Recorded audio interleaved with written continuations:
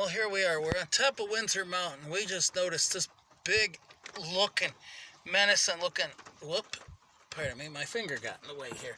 This big menacing cloud. It just really showed its ugly face. We are off of Route 9. Actually, usually you sit at the general store, but I wanted to get a good shot of the storm. I don't know what the hell type of cloud this was that I'm looking at, but it looks pretty menacing and very threatening like.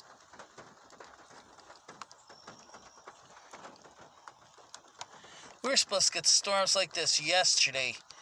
They fizzled pretty. Nothing.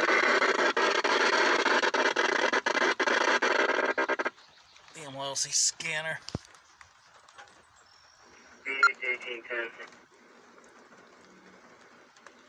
And right now,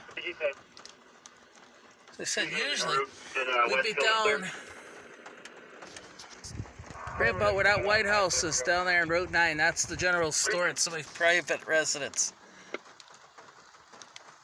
But that's all.